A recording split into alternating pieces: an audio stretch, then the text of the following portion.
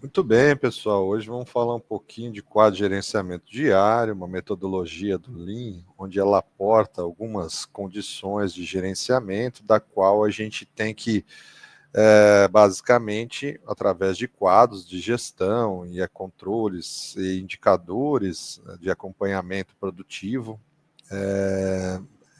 analisar e monitorar a melhor performance da produção. O quadro de gerenciamento diário é uma ferramenta essencial dentro da sistemática Lean Manufacturing. Ela é utilizada, para monitorar e melhorar a performance da produção, promovendo a comunicação eficiente entre as equipes e a agilidade na tomada de decisão.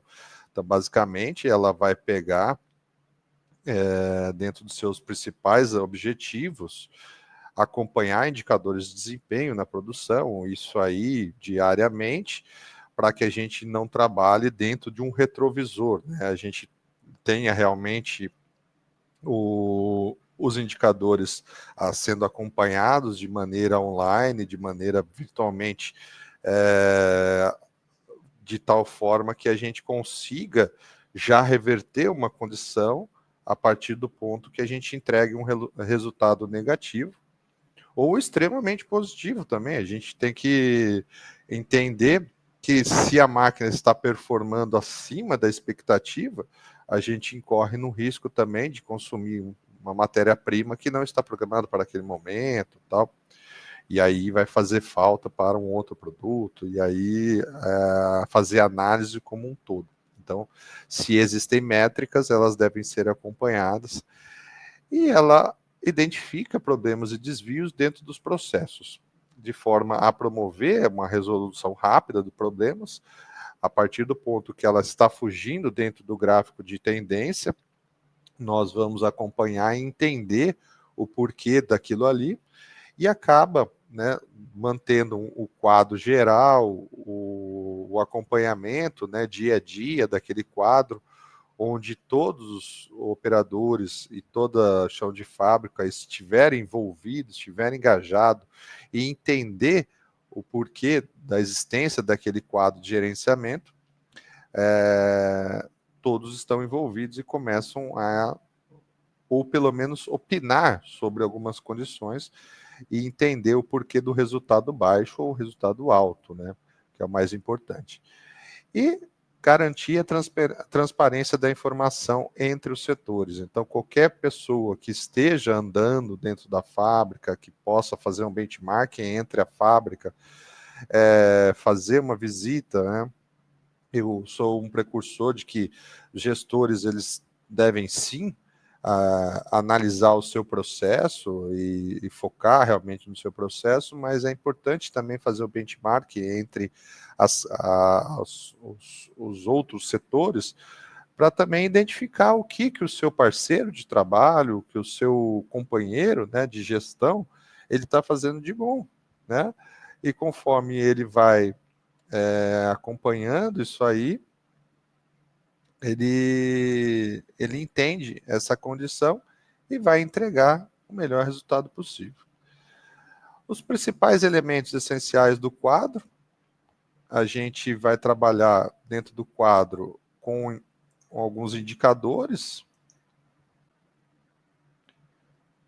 O quadro deve conter informações visualmente claras e atualizadas diariamente. Os principais elementos incluem, né? Vamos enfatizar aqui, né? Se é um quadro de gerenciamento diário, certo? O quadro deve conter informações visualmente claras e atualizadas diariamente, né? Não existe um quadro, daí é quadro, vou atualizar uma vez por semana. Não, daí é um quadro semanal, né? Então, tem que entender. E assim, mas eu não tenho condição de atualizar diariamente e tal. Eu falo assim, então, você tem que adequar o seu processo para que os indicadores sejam acompanhados diariamente. Os principais indicadores aí que nós podemos trazer, né, de desempenho, a produção planejada e realizada, certo? É interessante, né, entre o que o PCP foi lá e planejou e o que realmente a expectativa de desempenho do PCP planejado através da ferramenta de controle do PCP, o que ela realmente realizou, porque o PCP é uma ferramenta viva, o planejamento de produção é uma ferramenta viva, porque nem sempre a gente consegue obter resultados sempre ótimos, né? Nós vivemos aí em condições de que a máquina pode quebrar, operadores podem faltar, uma queda de energia também pode acontecer, então tudo isso vai ser resultado de um baixo desempenho ou de um superávit, né?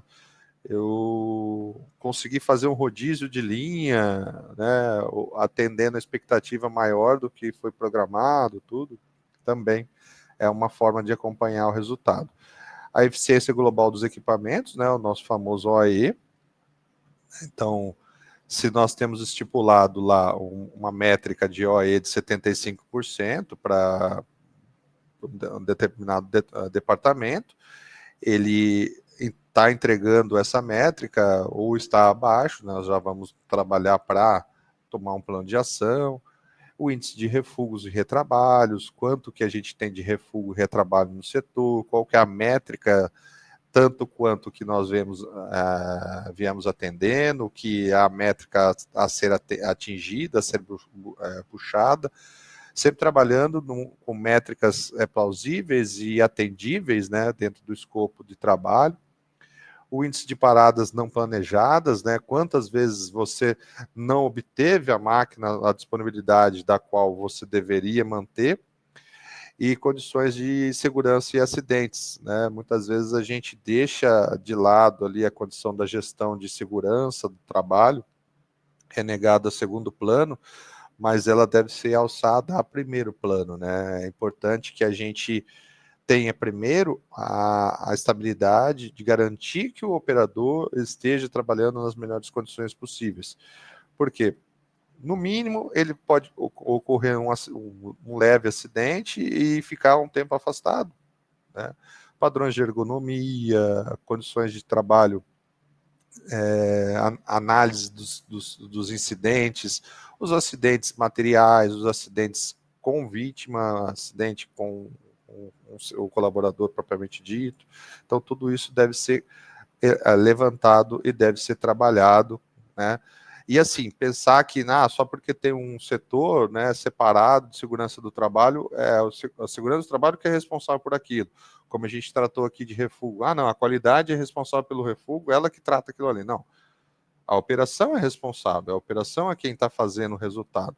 Então, se ela está trabalhando num ambiente onde existe um maquinário que não entrega a condição de saúde e segurança do trabalho, ela tem que demonstrar para o responsável da segurança, né, que ela está trabalhando com um certo risco, né? E aí vai evoluindo, criando projetos de melhoria, adequando as condições de NR12, NR17, NR10, todos os NRs competentes aí a solucionar os problemas e trazer o melhor engajamento, melhor condição de trabalho para os operadores.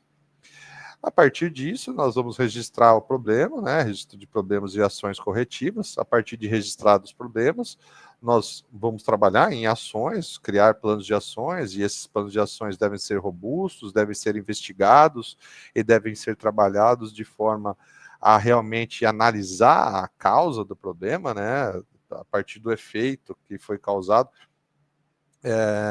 identificar realmente e trabalhar em cima de uma ação robusta para que a gente estabilize o processo, que a gente resolva o problema e que ele não volte a acontecer. Toda e qualquer ação que não foi perfeitamente investigada, que não houve uma tratativa robusta, ela tende a corrigir por um período de uma semana, 2 semanas, mas logo ela vai retornar e a gente vai trazer novamente, falar sobre o tema, conversar sobre o tema, tratar sobre o tema e se desgastar e debruçar sobre o tema que muitas vezes a gente pode resolver por um período e novamente voltar a acontecer. Devemos nomear um responsável pela solução, não normalmente o responsável da solução vai ser o cara que vai pôr a mão na massa, né, para resolver aquele problema, e sim vai ser o responsável para tratar aquela solução, cobrar a solução, Ah, é um problema de engenharia de produto, engenharia de processo, engenharia de projeto. Então, o coordenador da área, por exemplo, que é o responsável da solução, ou o líder, né, do turno, tal, então ele vai ser o responsável por cobrar aquilo ali. E a partir do ponto que ele cobrar aquilo ali, ele vai ter um prazo para solucionar aquela condição. Então, dentro do plano de ação, a gente vai listar as principais tarefas para melhorias, priorizando atividades como urgente, importante, o que pode ser a longo prazo. Depois, atualizando o status das ações, com pendente, em andamento e concluído. E a comunicação e sugestões devem ser extremamente importantes, né? O espaço para o feedback dos colaboradores, a gente dá abertura, né, para a equipe que está operando a máquina, o chão de fábrica, tá ali, quem que ele é responsável, porque, assim, pessoal, quem faz o resultado é o chão de fábrica, não é o coordenador, não é o gerente, não é o engenheiro. Quem faz o resultado é o chão de fábrica. E se ele não tiver engajado, a gente pode melhorar a máquina, pode resolver o problema pontual, mas ele não vai estar comprometido com o resultado, e aí vão voltar os problemas. Então, ele também engajado, trazendo sugestões de melhorias, identificações de que ele que está vivendo o dia a dia da máquina ali, ele escuta o ruído, as dificuldades que ele tem para operar, ele identifica que a máquina está com problema em determinado ponto. Tudo isso vai ajudar a desenvolver o melhor tratamento da ferramenta. Os principais benefícios do quadro de gerenciamento diário, né, a maior transparência, todos têm acesso aos dados, qualquer um que chegar lá no quadro de gerenciamento vai poder identificar, né, os dados, talvez não necessariamente ele interprete os resultados a priori, mas isso é um processo de mudança cultural, um processo de evolução, resolução rápida dos problemas, ou seja, redução dos desperdícios dentro da fábrica. Nós entramos dentro de um processo de melhoria contínua, onde começa a se enraizar a cultura do Kaizen dentro da empresa. Então as pessoas começam a entender o porquê que existe aquele controle, para que ele está sendo controlado, qual que é a ideia daquele controle, aquele monitoramento, e a partir desse monitoramento, a busca por uma melhoria contínua, né? E aquela sensação de estar insatisfeito sempre com o resultado, né? A insatisfação por si só, existe uma insatisfação positiva, da qual ela pode buscar, assim, uma inquietude, né? De busca sempre de revolução, de melhores resultados, melhor entrega, para ser mais competitivo também no mercado, né? E assim como um todo. E quando você traz consigo e as pessoas entendem a ferramenta, a gente traz o aumento do engajamento. Colaboradores acabam participando mais ativamente, redução das paradas e defeitos, né, controle efetivo das falhas, inúmeros exemplos, né, de tratativa, onde nós tínhamos produtos com defeito, fomos analisando o porquê daquele defeito, causando o defeito tal, causava, por exemplo, uma falha de um processo, e aí vai analisando a falha daquele processo, interagindo com os operadores podem falar, dar uma grande sugestão, mas também se eles derem sugestões que não são plausíveis, você tem que ouvi-las e fazer com que eles não esmoreçam, né, dentro dessa condição, e trazer cada vez mais um perfeito resultado.